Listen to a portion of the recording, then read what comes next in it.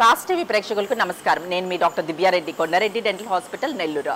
మాకు బృందావనం మరియు children's park రోడ్లో బ్రాంచెస్ కలవు. ఈ చిగుర్ల వ్యాధి వచ్చేసరికి మెయిన్ రీజన్ వచ్చేసరికి improper brushing, oral hygiene maintenance సరిగా లేకపోవటం వల్లే ఎక్కువ 80% వస్తుంది.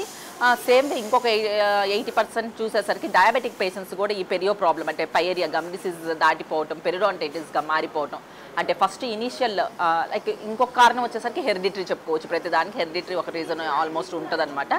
కాబట్టి ఈ రీజన్స్తో దేనివల్ల కానీ మీకు పైరియా గమ్ డిసీజ్ స్టార్ట్ అయిన తర్వాత ఇనిషియల్ స్టేజ్ అయితే మనం స్కేలింగ్, ఓరల్ ప్రొఫైలాక్సిస్, క్లీనింగ్తోనే దాన్ని సేవ్ చేసుకోవచ్చు టీత్ నెక్స్ట్ స్టేజ్కి వెళ్ళకుండా. ఈ పైరియా డిసీజ్ కానీ గమ్ డిసీజ్ దాటిపోయిన తర్వాత పెరిడాంటైటిస్గా మారిపోతుంది. క్రానిక్ జనరలైజ్ పెరిడాంటైటిస్ అంటాం.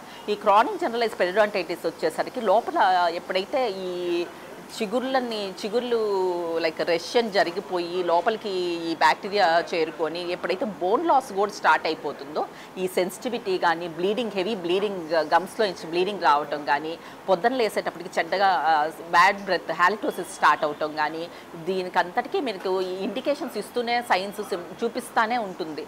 అయినా కూడా దాన్ని నెగ్లెక్ట్ చేసిన దానివల్ల ఏమవుతుంది, దాని నెక్స్ట్ స్టేజ్ ఈ పంటికి మధ్య స్పేసింగ్ ఏర్పడిపోవటం, ఎత్తుగా అనిపించటము, ఏదో వీక్నెస్, ఆ పళ్ళల్లో వీక్గా అనిపించటము. దాని తర్వాత ఏమవుతుంది, grade 1, grade 2, grade 3 mobility of the teeth అంటే పళ్ళు కదలిక స్టార్ట్ అయిపోతుంది. ఈ పర్మనెంట్ టీత్ ఆ టైంలో మనకి బోన్ సపోర్టే లేకపోయేసరికి చాలా డిఫికల్టీ ఫేస్ చేయాల్సి వస్తుంది. ప్లస్ మనం ప్రోగ్నోసిస్ ఎంతవరకు ఇవ్వగలుగుతామని చెప్పలేము. కాకపోతే ఇప్పుడేంటనేసరికి ఇప్పుడు మొత్తం జాబోన్ని లాస్ చేసుకున్న ఇప్పుడు పర్టికులర్గా జైగోమెటిక్ ఇంప్లాంట్స్ వచ్చాయి. జైగోమెటిక్ ఇంప్లాంట్స్ అంటే వేరే బోన్ నుంచి తీసుకొని వాటి ద్వారా పర్మనెంట్ టీత్ కట్టగలుగుతున్నాము.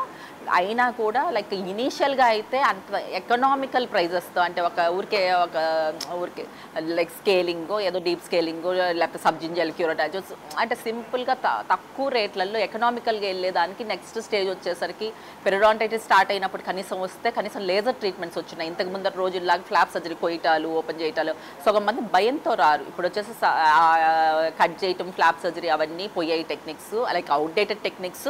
మన దగ్గర లేజర్ ఉన్నాయి, అప్గ్రేడెడ్ లేజర్స్ ఉన్నాయి. వాటితో బ్రహ్మాండంగా అంటే ఏమి గాయం చేయకుండానే ఈవెన్ పైరియా గమ్ డిసీజ్ దాటిపోయి పెరిడాంటైటిస్గా మారిన వాటిని కూడా మనం బ్రహ్మాండంగా ట్రీట్ చేయగలుగుతున్నాము. ఎటువంటి ఇబ్బంది లేకుండా, పేషెంట్కి పెయిన్ లేకుండా చేయగలుగుతున్నాము.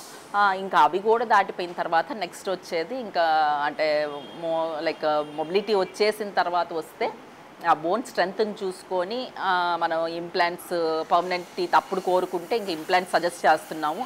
ఇంప్లాంట్స్ మామూలు రెగ్యులర్ కన్వెన్షనల్ కానీ ఇంప్లాంట్స్ కానీ వేసే అంత మాత్రం బోన్ కూడా లేనప్పుడు మనం ఇంకా ఏం చేయగలుగుతాము. నెక్స్ట్ ఇంకా అడ్వాన్స్డ్ వచ్చేసాయి జైగోమెటిక్ ఇంప్లాంట్స్. అవి జరుగుతున్నాయి మన క్లినిక్లో బ్రహ్మాండంగా. కాకపోతే అంత దూరం తెచ్చుకోకుండా ఇనిషియల్గానే కానీ వస్తే సింపుల్గా తక్కువ అమౌంట్లతో క్లీనింగ్లతోనే బాగా అయిపోద్దని నా సలహా.